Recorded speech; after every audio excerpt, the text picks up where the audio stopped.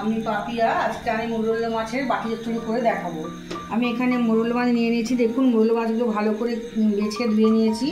মোরলা মাছের ফুলকাগুলো কেটে ফেলে দিয়েছি, পরিষ্কার করে ধুয়ে নিয়েছি প্রতিটা মাছ। এই মাছগুলোর মধ্যে আমি সামান্য একটু নুন আর সামান্য হলুদ মাখিয়ে নেব।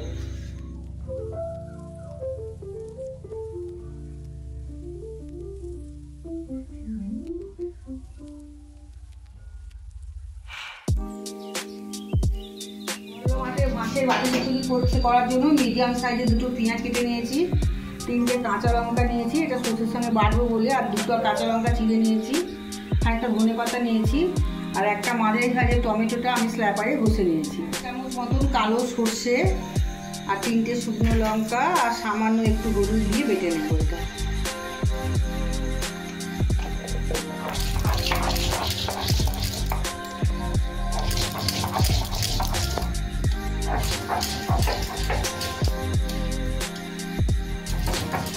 এটা করার জন্য আমি একটা অ্যালুমিনিয়ামের বাটি নিয়ে নিয়েছি।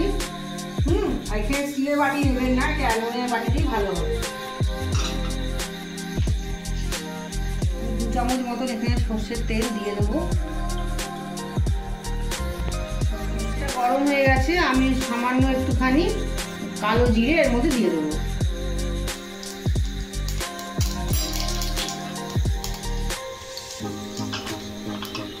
দেখুন কালো জিরেটা আমার ফুটে উঠেছে। গ্যাসটা বন্ধ করে দিয়ে আমি এর মধ্যে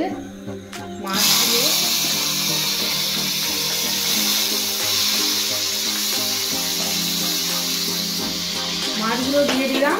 এবার এর মধ্যে পেঁয়াজ,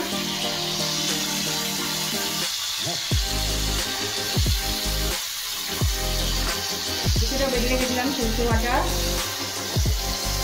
লঙ্কা চিড়ে রেখে দিলাম,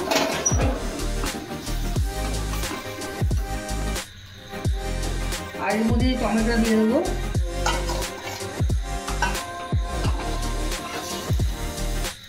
আর একটু এখানে হলুদ লাগবে, সামান্য একটু নুন, যেটা ভালো করে মাখিয়ে নেব। পাতা,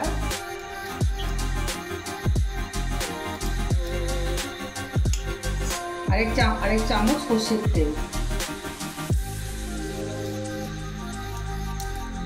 দিয়ে আমি গ্যাসটা জ্বেলে দেবো।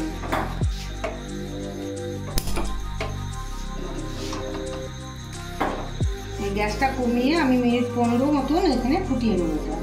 আমি ঢাকা দিয়ে 15 মিনিট মতন গ্যাসটা মিডিয়ামে রেখে ঢাকা। 15 হয়ে গেছে, আমার মাছের বাটি চচ্চড়িটা হয়ে গেছে।